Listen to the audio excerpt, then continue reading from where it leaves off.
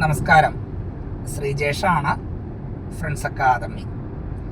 Electrical സംബന്ധമായ ലൈസൻസുകൾ നിങ്ങൾ എടുക്കുന്നതിന് വേണ്ടിയിട്ട് നിങ്ങൾ ഫ്രണ്ട്സ് അക്കാദമിയിൽ അഡ്മിഷൻ എടുത്തു കഴിഞ്ഞാൽ നിങ്ങൾ നിർബന്ധമായും ശ്രദ്ധിക്കേണ്ട കാര്യം, ഞങ്ങൾ പറയുന്നത് പോലെ എഴുതാനും വായിക്കാനും സമയം കണ്ടെത്തണം.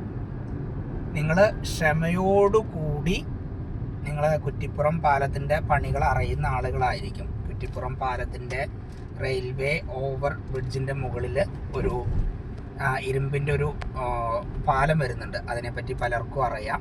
അത് വർഷങ്ങളായിട്ട് പണി നടക്കുകയാണ്. ഓക്കെ, അപ്പോൾ ആ ഒരു ക്ഷമയോടു കൂടിയാണ് ആ പണി നടക്കുന്നത്.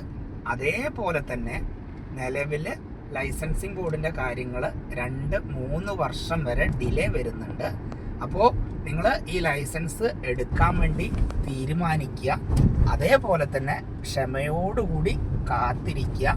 ഞങ്ങൾ പറയുന്നത് പോലെ എഴുതാനും വായിക്കാനും തയ്യാറാവുക. അങ്ങനെയാണെങ്കിൽ നിങ്ങൾ എന്തിനാണോ അഡ്മിഷൻ എടുത്തത് അത് നിങ്ങൾക്ക് ആദ്യത്തെ അവസരത്തിൽ തന്നെ കിട്ടാനുള്ള സംവിധാനം നമ്മൾ ചെയ്യുന്നുണ്ടാവും. പ്രത്യേകം ഒന്നുകൂടി പറയുന്നു, നിങ്ങൾ ആലോചിച്ചോളൂ, സമയം കളയരുത്. Okay, thank you.